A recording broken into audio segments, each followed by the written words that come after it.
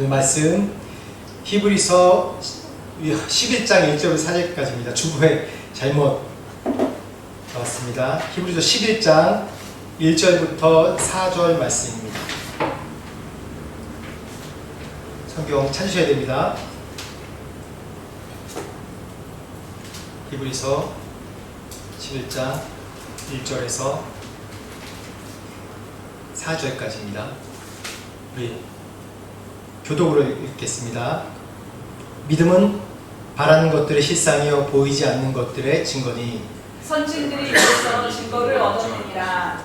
믿음으로 모든 세계가 하나님의 말씀으로 지어진 줄을 우리가 아니 보이는 것은 나타난 것으로 말미암아 된 것이 아니니라. 믿음으로 아벨을 가인보다 더 나은 제사를 하나님께 드림으로 의로운 자라 하시는 증거를 얻었으니 하나님이 그 예물에 대하여 증언하시니라. 그가 죽었으나 그 믿음으로써 지금도 말하느니라. 아멘. 아멘. 오늘 말씀 제목이 믿음, 그리고 그 밑에 뭐라고 써있죠? 신념과 신뢰 사이. 신념과 신뢰 사이입니다. 믿음 그러면 범위가 굉장히 광범위합니다. 제가 지난주 수요일에도 믿음에 대해서도 잠깐 얘기하고, 성경에 나와 있는 모든 인물, 또 우리가 이 땅에 살아나가는 그런 모든 과정, 그런 모든 것이 우리가 믿음을 얘기하지 않고서는 우리가 해석될 수 있는 것이, 또 살아갈 수 있는 것이 아무것도 없습니다. 그 믿음에, 제가 믿음에 대한 말씀을 몇 번 좀 나눠서 하려고 하는데요. 그 첫 번째로 신념과 신뢰 사이, 신념과 신뢰라는 것에 대해서 좀 말씀을 나누려고 합니다. 신념, 신뢰. 제가 신념과 신뢰 이 말씀 준비하면서 보면 우리가 왜 이렇게 믿음이 없고 믿음이 약해지고 믿음이 공격받나 했더니 보니까 우리가 신뢰가 다 깨져서 그런 것 같아요. 신뢰들이 다 깨져서. 신뢰를 영어로 하면 트러스트라고 얘기하지 않습니까? 신뢰한다, 우리 믿는다, 신뢰한다. 근데 신뢰라는 것은 정말 우리가 믿음이 상한 믿음이 되고, 우리의 믿음이 하나님에 대한 온전한 믿음, 또 이 세상 살아가면서 하나님께서 이렇게 하실 것이다 라는 믿음에 대해서 자꾸 우리가 불신을 하게 되는 이유 중에 하나가, 우리가 이 땅에서 온전한 신뢰할 만한, 믿을 만한 경우를 우리가 보지 못하기 때문에 정말 이러한 일들이 생기는 것 같습니다. 아는 것, 믿는 것, 이 차이 아십니까? 아는 것과 믿는 것. 아는 것과 믿는 것. 우리가 어떤 사실에 대해서 얘기할 때 이거 알고 있습니까? 그러면 다 알고 있다고 얘기해요. 예, 그렇습니다. 알고 있습니다. 여러분, 우리가 죽는다는 거 믿습니까? 예, 알고 있습니다. 근데 믿지는 않는 것 같아요, 다들.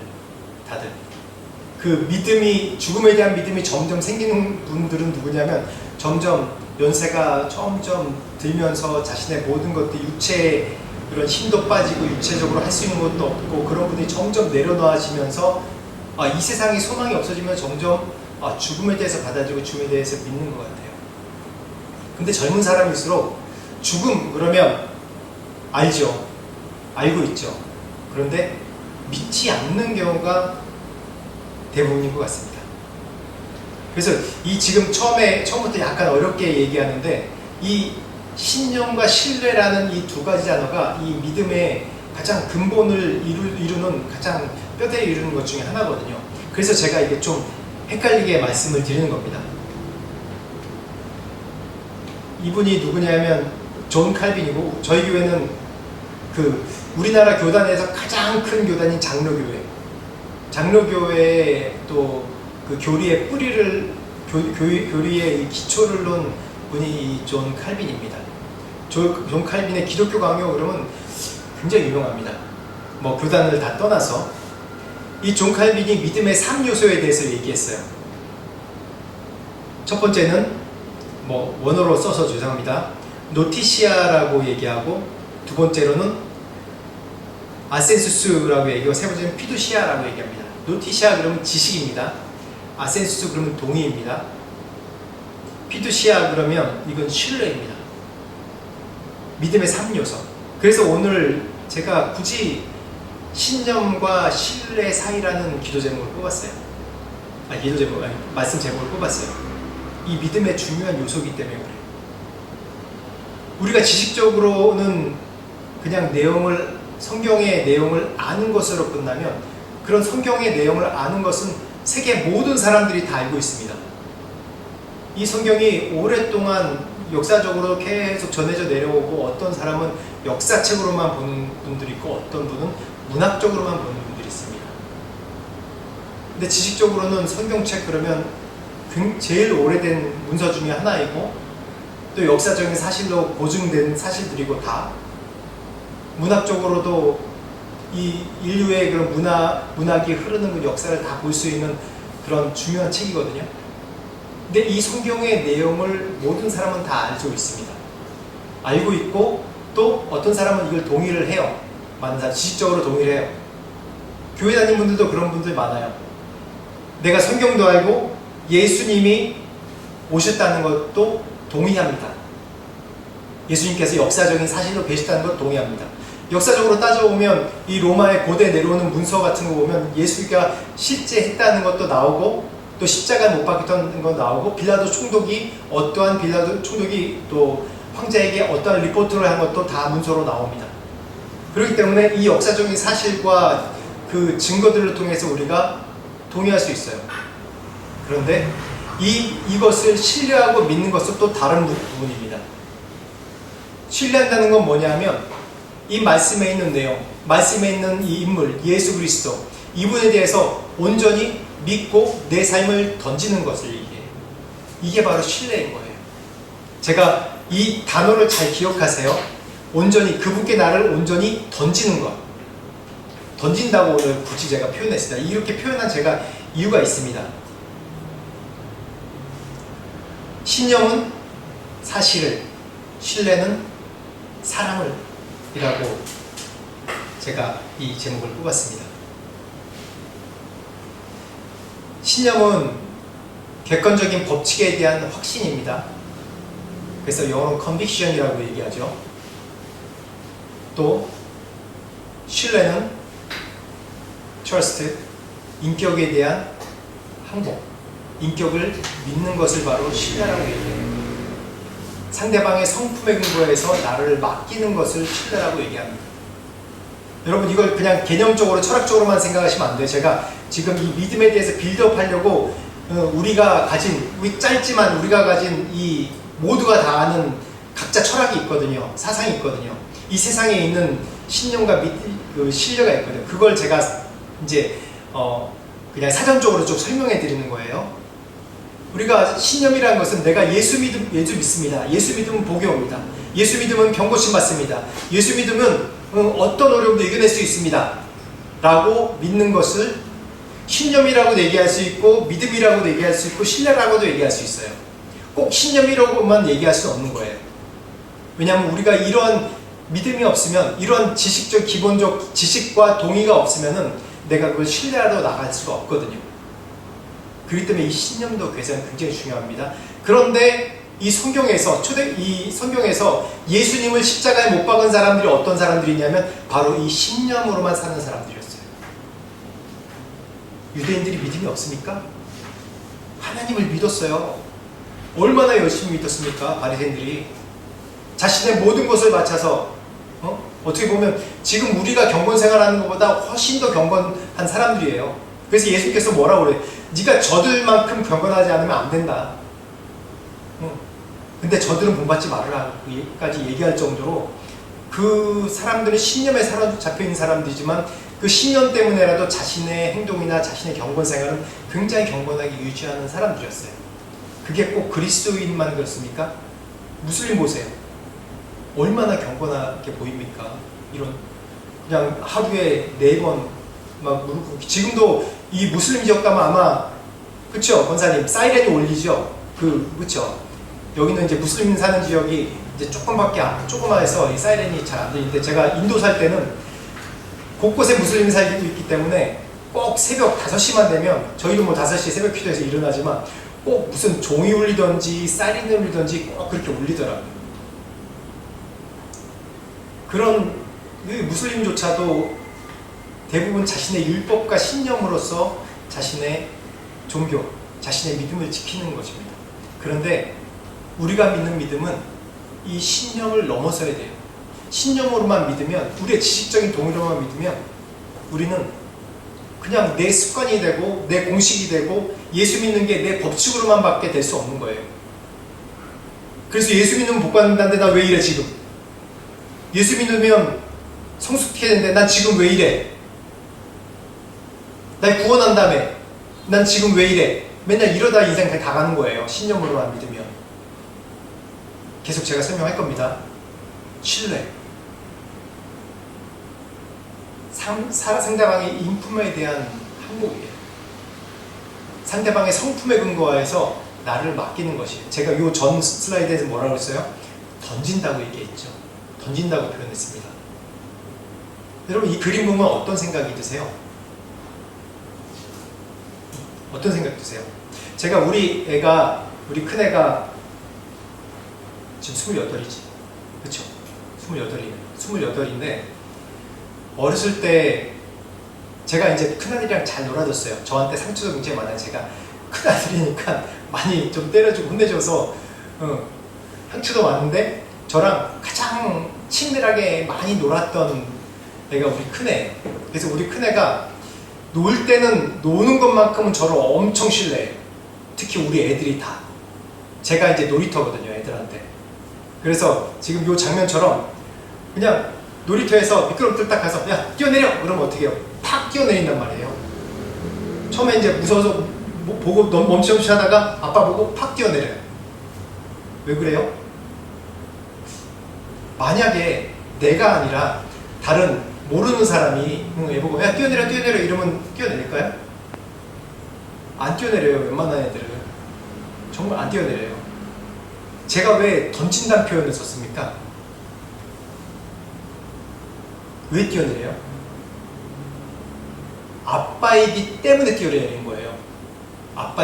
엄마 같아도 안 뛰어내렸을 거예요. 왜냐하면 엄마는 힘이 없기 때문에 놀이터가 돼주지 못하거든요. 열심히 밥 해주고 애들 케어해주고 공부를 해주고 그렇게 하는데, 노는 건 저예요. 아빠가 힘이 세잖아요. 그러니까 엄마 그러면 약간 퀘스천 드리고 안 뛰어내는데 아빠기 때문에 뛰어내는 거예요. 어떠한 믿음이 있죠? 아빠가 날 받아줄 거야. 이게 뭐예요? 체험적 신뢰입니다. 우리 애가 어떤 체험을 했어요, 살면서? 아빠는 힘이 세.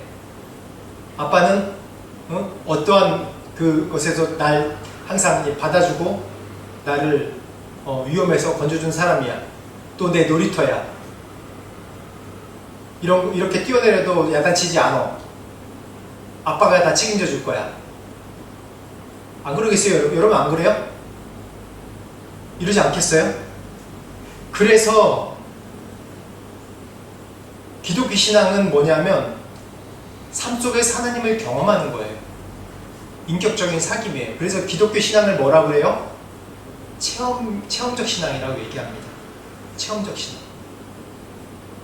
체험 있는 신앙이 바로 기독교 신앙입니다. 그래서 체험 있는 신앙일 거예요. 내가 아버지께 확 나를 던지는 거예요. 맡기는 거란 말이에요.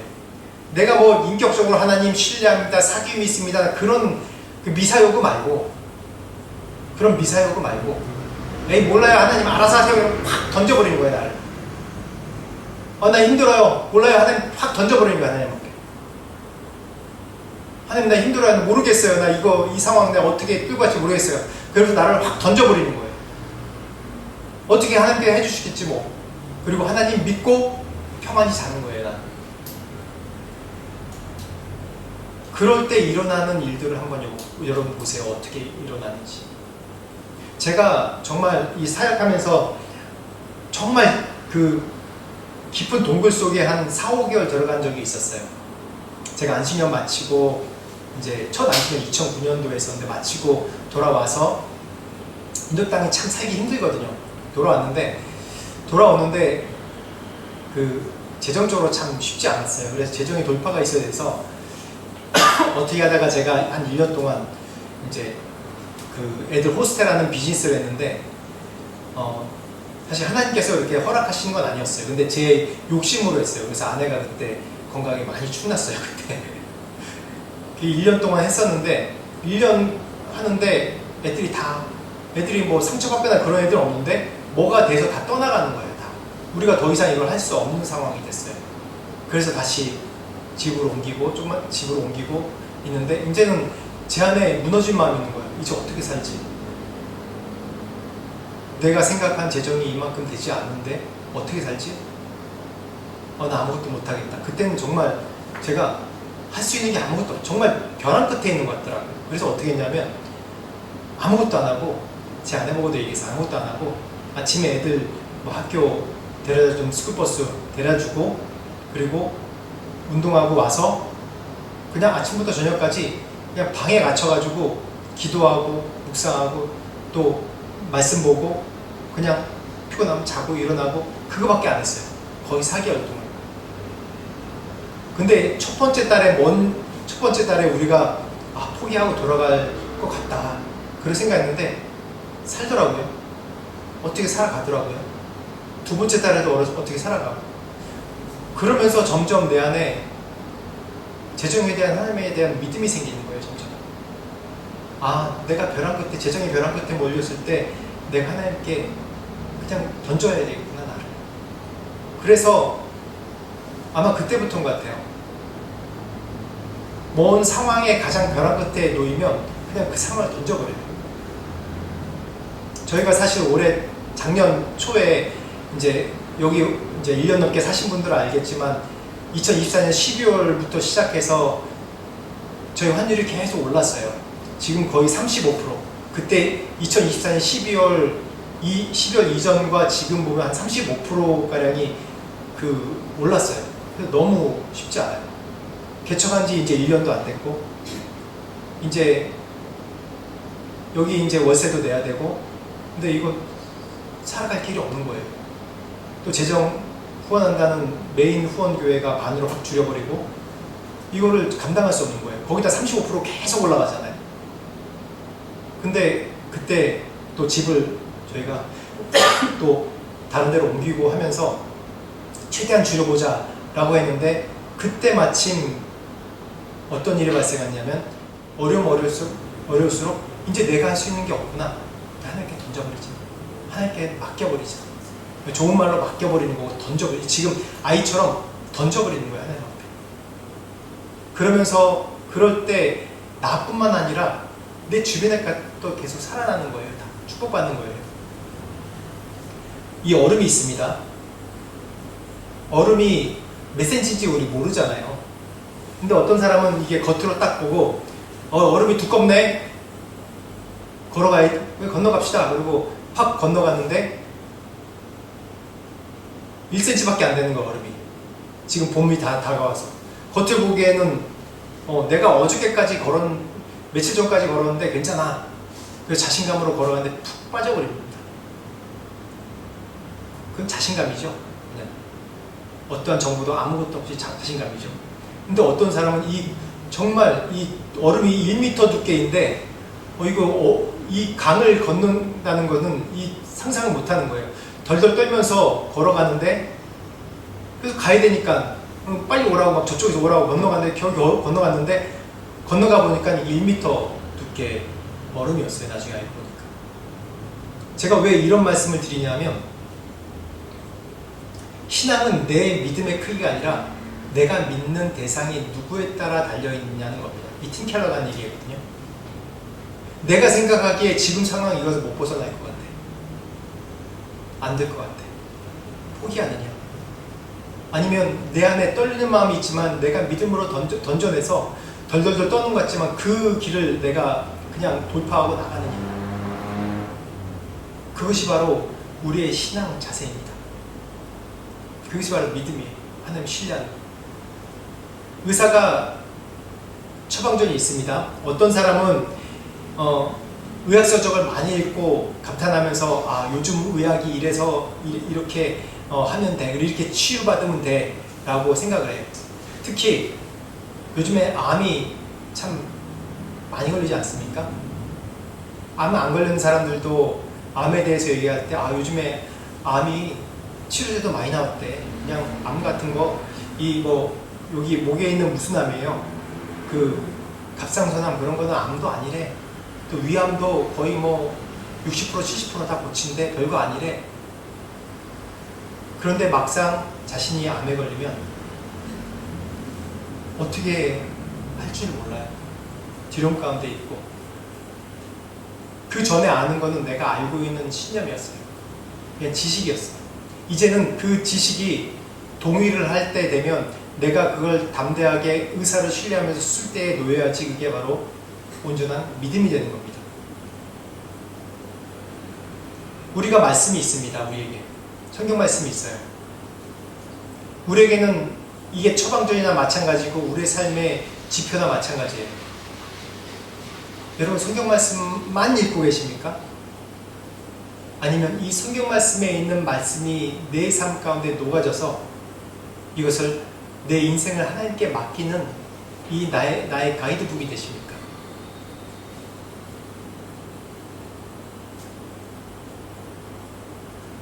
중요한 건 우리가 이 믿음의 이 작동 방식이 있는데 신념은 조종하는 것이고 신뢰는 동행하는 것이라고 제가 정의를 했습니다. 신념은 결과를 조종해요. 뭐냐면 제가 아까도 말씀드렸듯이 내가 믿습니다. 내가 믿습니다. 믿습니다. 라고 무슨 주문처럼 계속 하지만은 그 일이 되지 않을 때는 어떻게 하냐면 그냥 포기해버리고 원망해버리고 말아요. 그게 내가 신념에 사로잡히느냐 아니냐에 따라 그게 구분되는 겁니다. 내가 정성을 다하는데 하나님이 안 움직여? 내가 이렇게 열심히 다하는데 하나님이 안 움직이셔? 이런 것들을 어떻게 하면 자기 중심주의라고 얘기를 해요. 하나님은 어떠한 인격이 아니라 내가 인격으로 존재하는 거면 어떻게 생각해요? 하나님이 내 아버지인데 아빠 나 지금 요즘에 플레이스테이션이 필요해요. 사줘요. 안 사줘요? 맨날 쫄라. 아빠 아니네. 그리고 물러납니까? 아니죠. 억울하고 짜증나고 내가 하고 싶은데 안 하게 해주고 원망되긴 하지만 아빠도 다 이유가 있어서 안 해주는 거예요. 그렇죠. 인격적인 관계란 말이에요. 신념이 아니란 말이에요. 우리 부모와의 관계가. 근데 요즘에는 어떻게 이 믿음에 대해서 얘기하냐면 믿지 않는 사람들도 그렇게 얘기해요. 끌어당김의 법칙. 그래서 무슨 신사고주의라고 해서 이게 19세기 후반부부터 이제 인본주의가 점점 생기면서 이게 나오는 또 원리 중에 하나거든요. 그래서 이 끌어당김의 법칙 그러면 사람들이 우주의 에너지가 나에게 모여서 내가 뭔가 바라고 이것을 믿기만 하면 이루어진다라고 생각하는 거예요. 그래서 구하라, 믿으라, 받으라 이렇게 얘기한다고 해요. 그래서 의심 없이 믿을 때 이것이 이루어진다고 실제로 얘기를 하고 실제로 그렇게 된 사람이 있어요. 짐 캐리 같은 경우에는 진짜 그랬다고 그러잖아요. 짐 캐리 같은 경우에는 유튜브에 나오는데 자기가 무명일 때부터 이게 자기 주머니에다가 자기는 개런티가 100만 달러가 1000만 달러 받은 사람이다라고 딱 이렇게 여기다가 포켓에 넣고 다녔대요. 그걸 한 번도 의심해 본 적이 없대요. 그러다가 어느 날 딱 되니까 자기가 이 계약서를 쓰는데 자기가 정말 100만 달러 계약서를 받았대요. 그러면서 그 사람이 믿는 사람이 아니에요. 자기가 이게 이 우주의 끌어당김의 법칙으로 자기가 됐다고 얘기를 하는 거예요. 그렇게 성공할 수 있다고 얘기하면서 이 요즘 시대의 사람들을 미혹하는 겁니다. 그래서 우리의 믿음도 그런 믿음이 아닌가 살펴봐야 돼요. 내가 어떠한 일을 조종하기 위해서 어떠한 일을 되기 위해서 내가 하나님께 내 믿음 하는 것인지 아니면 정말 하나님과 인격적으로 동행하고 하나님과 동행함으로써 내가 하나님께서 나에게 베푸르신 은혜를 내가 발견하는 것인지 한번 살펴봐야 돼요. 이 세계관 공부할 때도 나오는 내용 중에 하나인데 이 신화적인 세계관이 있어요. 신화적인 세계관. 신화적인 세계관이 뭐냐 하면 이 신화적인 세계관에서 가장 모델이 되고 가장 이 신을 움직일 수 있는 중요한 것이 뭐냐면 신을 감동시키는 것인데, 그 옛날에 이제 이 가나안 지역에, 메소포타미아 가나안 지역에서 어떤 사람이 가장 요험한 사람이냐면 춤을 잘 추고 노래를 잘하는 사람이었대요. 춤을 잘 추는 게 어떤 춤이냐면 그 신전 앞에서 사람들이 신을 감동시키기 위해서 어떻게 해요? 막 춤을 추고 노래를 부르고 북을 쳐요. 엘리야의 그런 갈멜산에서도 그러지 않아요? 이 400명의 이 바알의 제사장들이 막 춤을 추면서 소리 지르고 자기들 막 그으면서 그 자신들이 비우게끔 그렇게 막 기도하고 그러지 않습니까? 그런 게 바로 이 신화적인 믿음이에요. 우리가 그런 열심이 필요하지 않다는 건 아니에요. 그런데 그런 일이 안 이루어지면, 내가 눈에 보이는 것이 안 되면 거기에 대해서 비판을 하고 원망하고 내가 마음이 무너지는 것이 우리의 연약함입니다. 근데 정말 중요한 건요, 하나님과 과정 가운데 동행하면서 하나님과 대화하는 법을 계속 길러야 되는 것이에요. 대화를 해야 돼요, 하나님과. 하나님은 어떤 하나님이냐면, 우리가 잘 아셔야 돼요. 하나님은 언약하시고 책임지시는 하나님입니다. 지금 그림 가운데 보면 하나님이 아브라함에게 나타나셔서 자손에 대해서 얘기할 때 하늘의 별을 보라, 바다의 이 모래들을 보라, 네 자손이 이렇게 많게 하리라 라는 축복을 주셨어요. 근데 이때 정말 아브라함이 이것을 믿으니 하나님께서 그것을 의롭다고 했다고 했어요. 이것을 정말 믿었을 때, 하나님을 신뢰하고 믿었다는 얘기예요. 신뢰하고 믿을 때 하나님 뭐라고 그러셨냐면 내가 의롭다고 얘기하신 겁니다. 그것이 바로 믿음이에요. 내가 지식적으로만 알고 있고, 내 하늘에 별이 많아요, 바다에 모래도 많죠, 네, 뭐 그러겠죠 라고가 아니라 아브라함은 실제로 하나님께서 그렇게 하실 것을 믿었다고 얘기를 하고 있습니다. 그래서 이 믿음이 우리가 그냥 생기는 것이 아니라 하나님께서 이 아브라함의 믿음도 계속해서 아브라함에게 계속 설득을 하시는 거예요. 아브라함을 쭉 보십시오. 창세기 12장부터 쭉 보십시오. 아브라함을 계속 설득하는 과정이에요. 계속 아브라함이 믿음이 있어서 믿음의 조상이 된 게 아니라, 믿음이 있어서 의인이 된 게 아니라 아브라함을 계속 설득해 오셨어요. 그 인생을 보세요. 계속 설득하는 과정이에요. 지금 이 편무 언약이라고 하나님이 이 아브라함과 언약을 맺는데, 내가 이 쪼갠 재물 사이로 하나님께서 아브라함이 졸고 있을 때 지나가셨어요. 그 편무 언약이 뭐냐면, 원래 이 고대 시대 때 언약을 할 때 이 동물을 쪼개가지고 언약을 하면, 이 쪼갠다는 것이 뭐냐면 네가 이 약속을 안 지킬 때 이 동물과 같이 쪼개진다, 죽는다라는 그런 의미의 이 약속이었어요. 그런데 아브라함은 이 언약을 할 때 같이 언약을 한 게 아니라 졸고 있었어요. 하나님이 스스로 내가 이 언약을 지킬게 라고 하나님이 그 언약을 계약을 하신 거예요, 아브라함. 그래서 편무 언약으로 얘기하는데, 이 얘기가 뭐냐면 네가 실패해도, 네가 무너져도 내가 책임지겠다. 네가 실패해도, 네가 약속을 안 지켜도 나는 약속을 지켜 널 책임지겠다라는 그런 약속입니다. 이게 바로 인격적인 약속이고, 이게 바로 신뢰입니다. 신뢰. 그러기 위해서 우리가 이 신뢰로 나가기 위해서는 우리가 정말 중요한 훈련들이 있습니다. 그 영적 훈련이 뭐냐면 우리가 말씀 훈련을 해야 돼요. 우리 교회에서 계속 말씀 읽읍시다, 계속 그렇게 중요한 게 하는 게 뭐냐면, 사실 말씀을 매일마다 읽으면서 읽는다는 게 참 쉽지는 않아요. 희한하게 소설책은 있는데 사람들 보면 말씀을 한 장이라도 읽는 게 참 쉽지 않습니다. 그래서 우리가 공동체가 어떻게 하면 같이 할 수 있을까, 그리고 일부러 계속 성경 읽는 과정을 계속 만드는 거예요. 공부하는 과정을 만들고. 왜? 하나님 알아야 되잖아요. 하나님이 우리 이 말씀 가운데 있는 성경의 인물들에게 어떻게 행하셨고, 또 어떤 약속을 하셨고, 어떤 말씀을 하시고, 내 삶에 어떻게 하나님께서 말씀하시는지 그 말씀을 통해서 말씀을 들어야 되잖아요.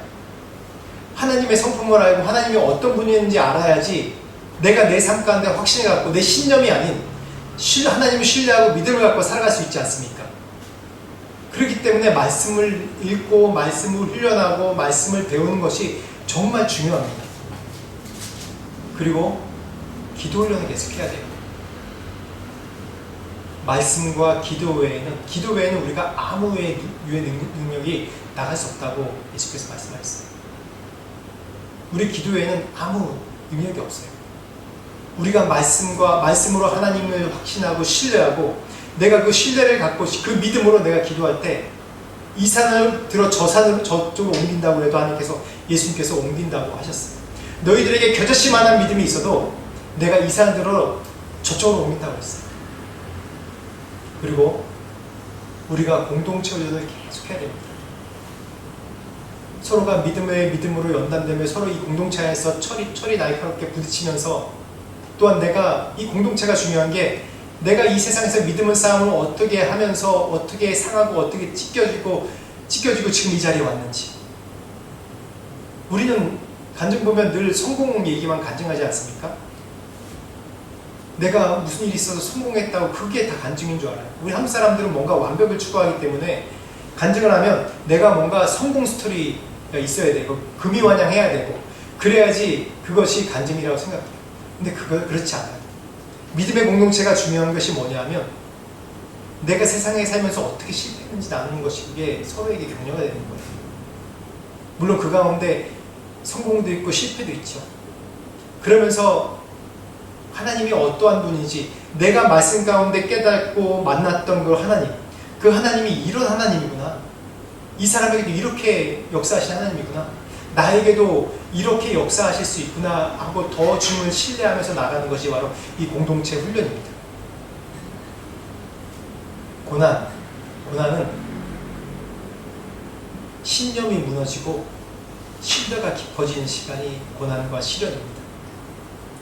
고난을 통해서 내가 지적으로 알았던 내 신념으로 믿었던 내 신념이 무너지고 이제 내가 지적으로 알았던 그 하나님이 정말 내 삶 가운데 역사하시는 하나님으로 바뀌는 과정이 바로 신뢰입니다.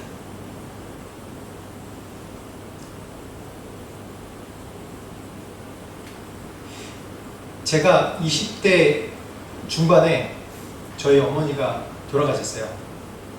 돌아가시는데 저희 어머니가 어떤 분이셨냐면 저희 집안에 예수 믿는 사람이 한 명도 없었어요.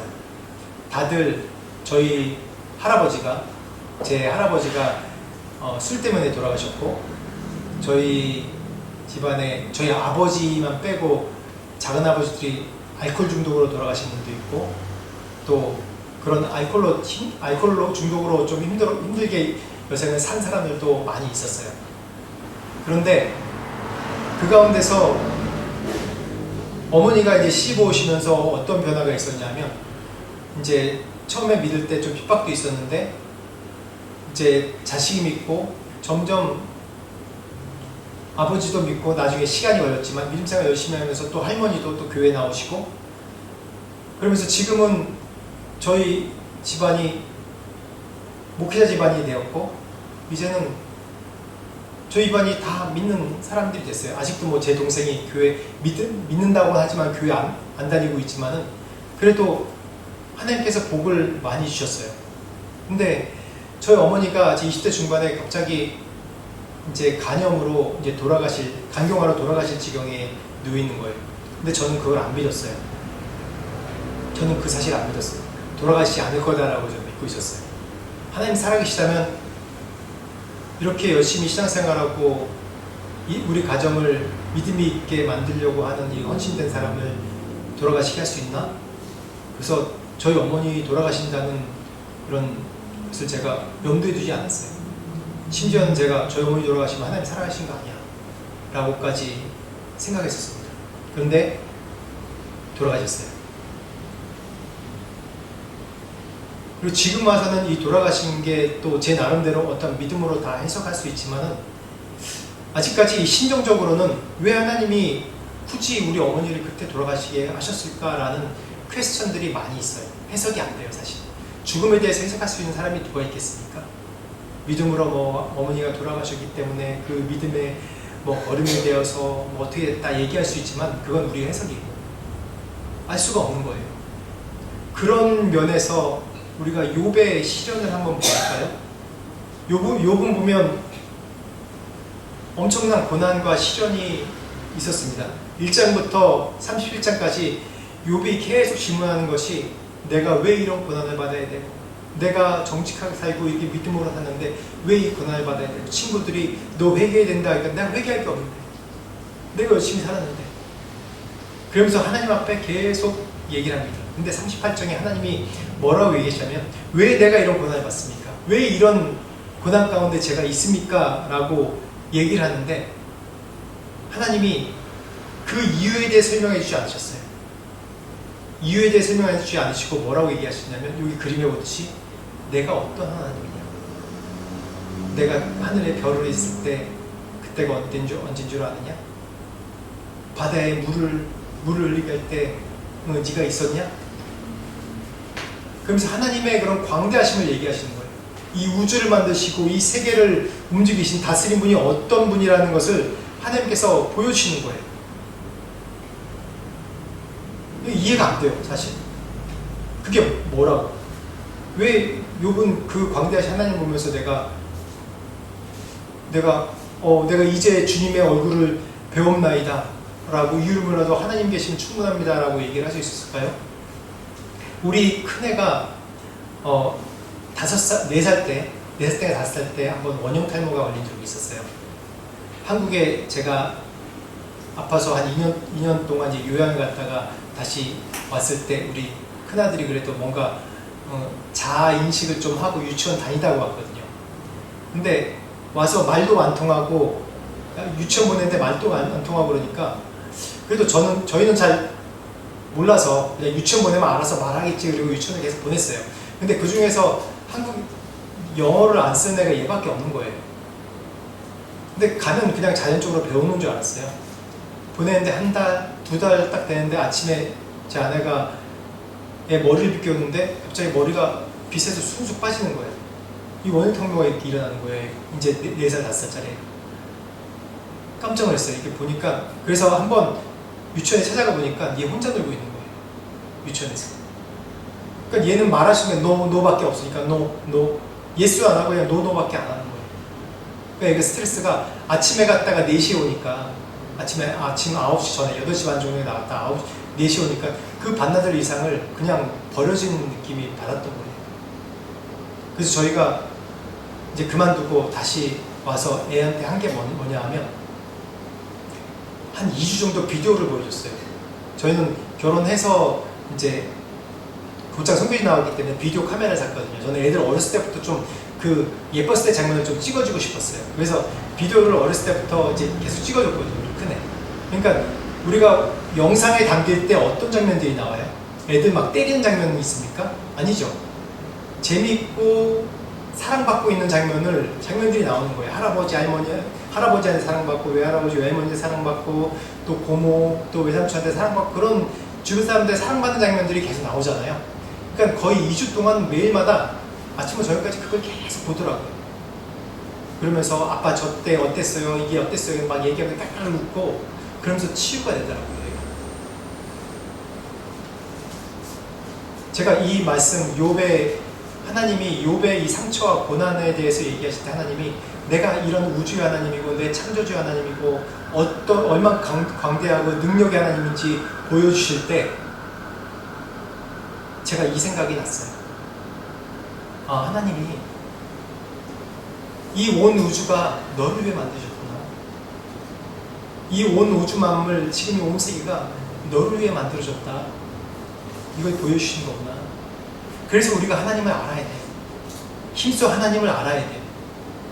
그래서 우리가 말씀을 공부해야 되고 말씀 가운데 있어야 되고 말씀을 보면서 하나님이 어떤 분인지 알아야지 이게 하나님이 광대한 하나님이고 전능한 하나님이고 사랑의 하나님이라는 것이 이 개념 속에 있는 것이 아니라 내 삶 가운데 들어올 수 있다는 겁니다. 하나님은 그런 하나님이에요. 우리 아이가 어렸을 때 말도 못하고 자기의 그런 상처나 어려운 말을 못하잖아요. 그냥 왕따 당해서 왕따가 뭔지 뭘 알아요? 모르잖아요. 그냥 머리 숭숭 빠지고 이게 몸으로 나타나는 거예요, 스트레스가. 근데 저희가 할 수 있는 게 뭐 있어요? 그게 아니야. 아빠가 사랑해, 엄마가 사랑해. 미안해. 뭐 이걸로 해결될 문제가 아니었어요. 그냥 얘가 이 3, 4년 사는 그 인생의 과정을 네가 얼마나 사랑받았는지 비디오를 쭉 보여주니까 얘가 2주 동안 진짜 아침부터 저녁까지 시험 날 때마다 계속 그거만 보고 있더라.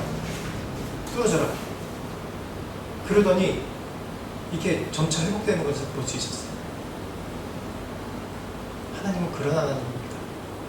우리의 인생의 문제, 고난, 어려움, 시련 사실 다 몰라요. 뭐가 뭔지. 뭐가 있는지 우리가 어떻게 합니까? 어떤 문제가 있는지 어떻게 합니까? 다 해석이 안 돼요.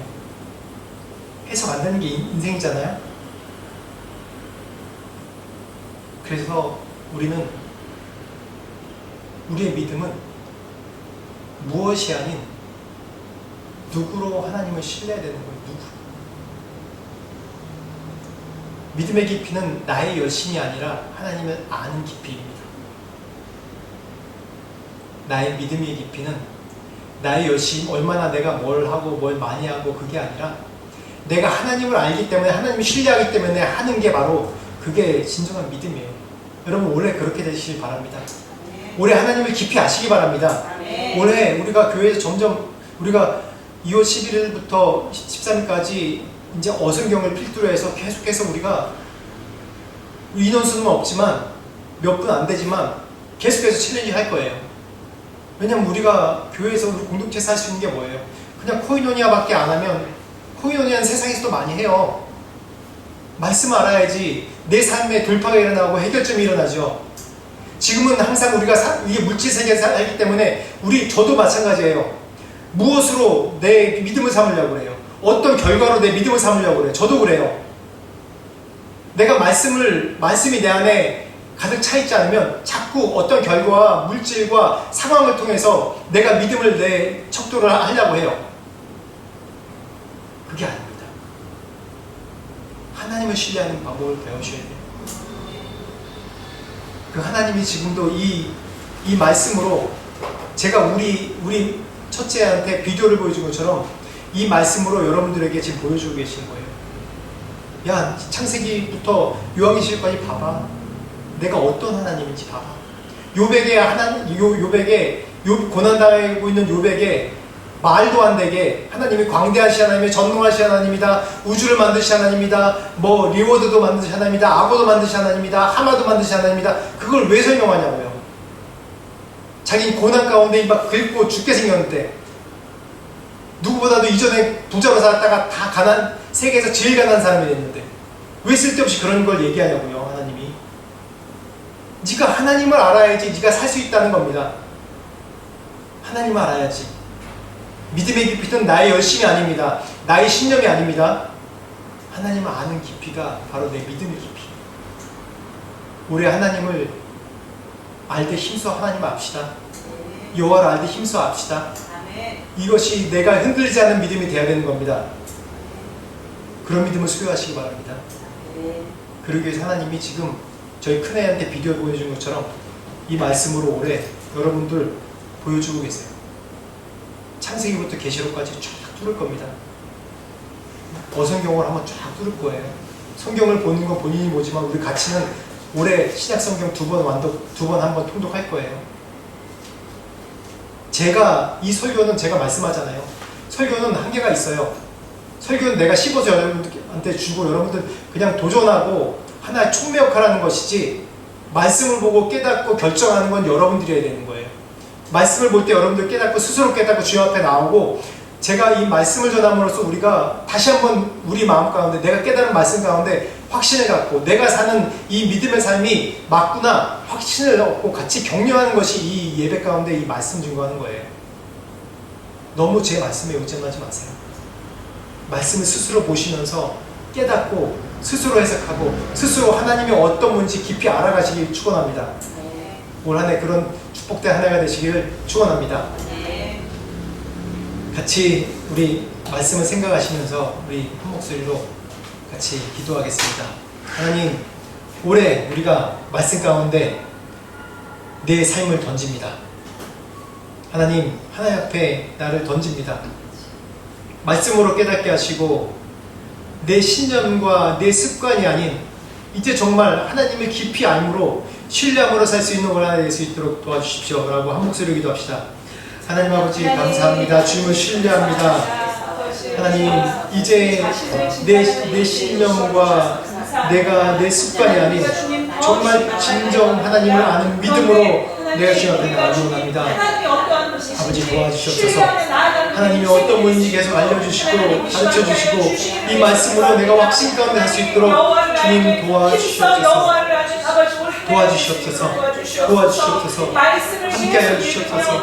아버지, 그래서 내 믿음이 하나님을 깊이 신뢰함으로 할 수 있는 신뢰할 수 있도록 아버지 도와주시옵소서. 아버지 우리가 믿음으로 아버지로서 나아갈 수 역사하여 주시옵소서. 하나님의 신뢰함으로 하나님이 어떠한 것인지 아버지 깊이 깨닫고 신뢰함으로 나아가도록 아버지 도와주시옵소서.